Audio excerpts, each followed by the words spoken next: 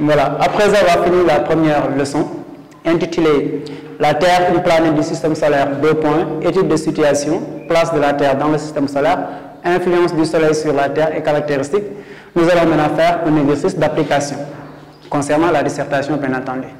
Voilà le sujet. Contexte, la Terre est une planète particulière du système solaire. La consigne, montrer les caractéristiques de cette planète puis expliquer les influences du Soleil sur la Terre. Alors, la dissertation, tout en sachant que vous avez déjà fait la méthodologie de la dissertation, elle est composée de 3 parties, introduction, développement et conclusion. Dans l'introduction, vous devez d'abord amener le sujet, poser le sujet et annoncer le plan. Et dans le développement, maintenant, vous allez développer, donc expliquer les différentes parties de votre plan. Et la conclusion, vous allez faire un petit résumé. Alors, vous avez un sujet pareil. D'abord, posez-vous un certain nombre de questions. De quoi s'agit-il?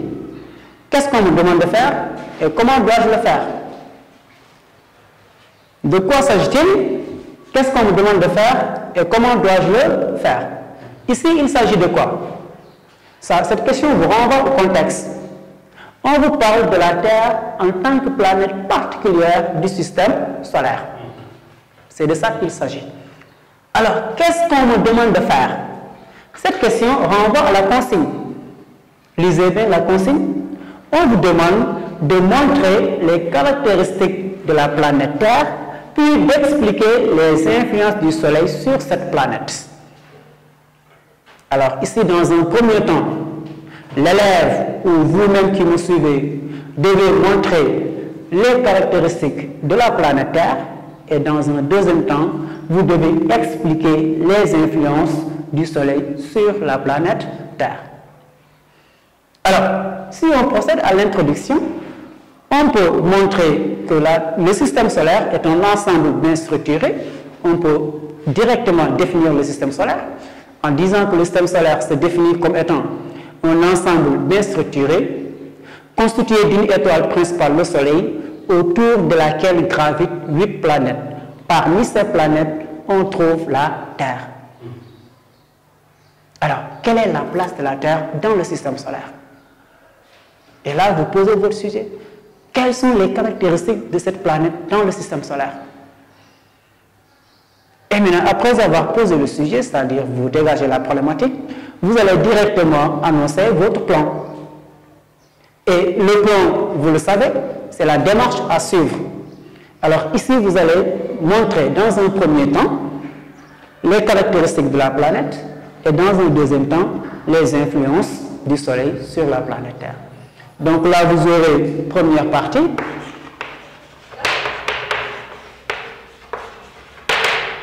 De votre développement, caractéristiques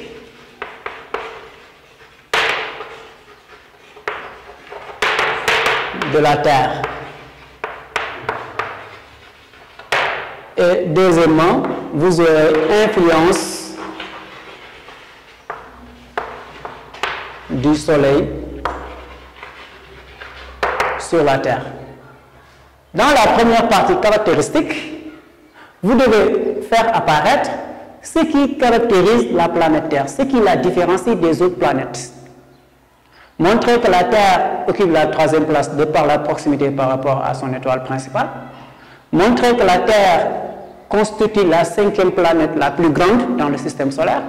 Mais aussi insister sur le fait que la Terre est la seule planète qui abrite la vie.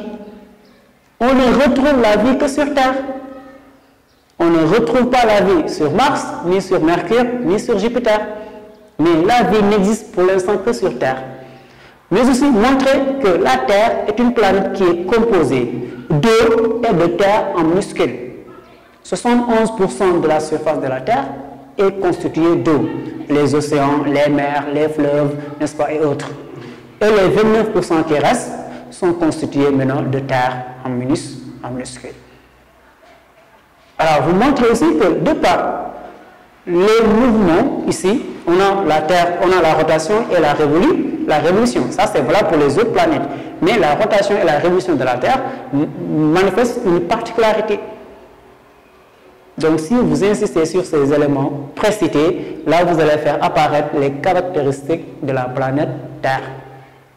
En récapitulant, on dit simplement que c'est la seule planète où l'on retrouve la vie. C'est la seule planète où l'eau est constituée de 3 états. État liquide, état gazeux, état solide.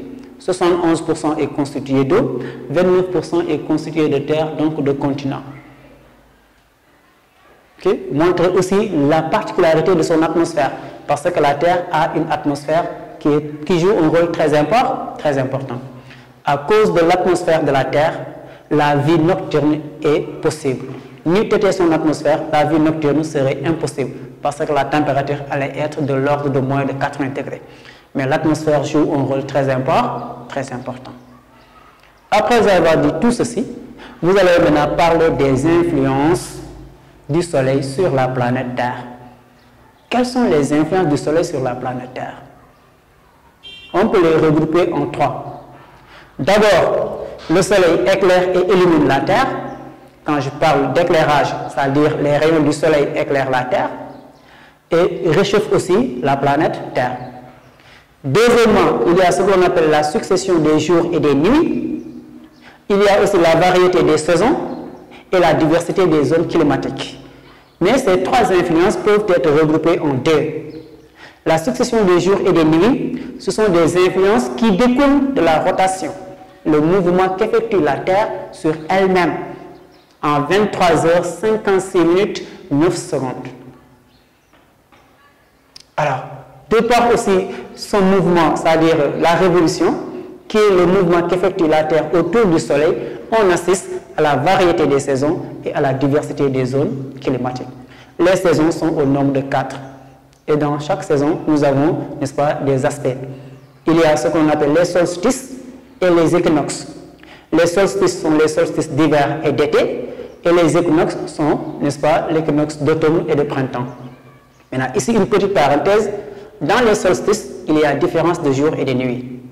Quand il s'agit du solstice d'hiver, qui a une durée, n'est-ce pas, de 3 mois, c'est-à-dire de 21 décembre jusqu'au 22 mars, ou 20 décembre jusqu'au 21 mars, les jours sont moins que les nuits. Autrement dit, les nuits sont supérieures aux jours. La durée des nuits est supérieure à la durée des jours.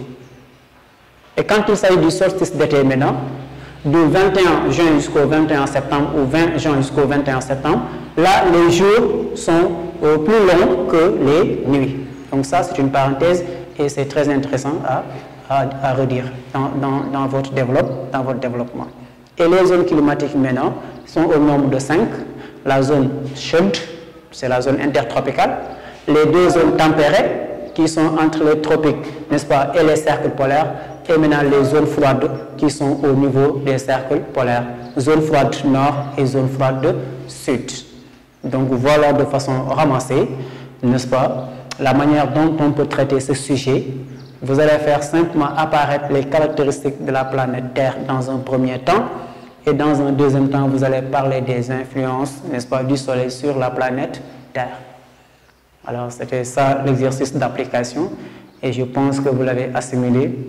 Ainsi, on vous donne rendez-vous, n'est-ce pas, prochainement sur d'autres thèmes d'études, surtout en géographie, le deuxième chapitre qui est très intéressant, très important, parce qu'il parle, n'est-ce pas, des menaces de la planète Terre. La Terre, une planète du système solaire. La Terre, une planète menacée. Donc d'ici là, portez-vous bien et bonne révision. Merci.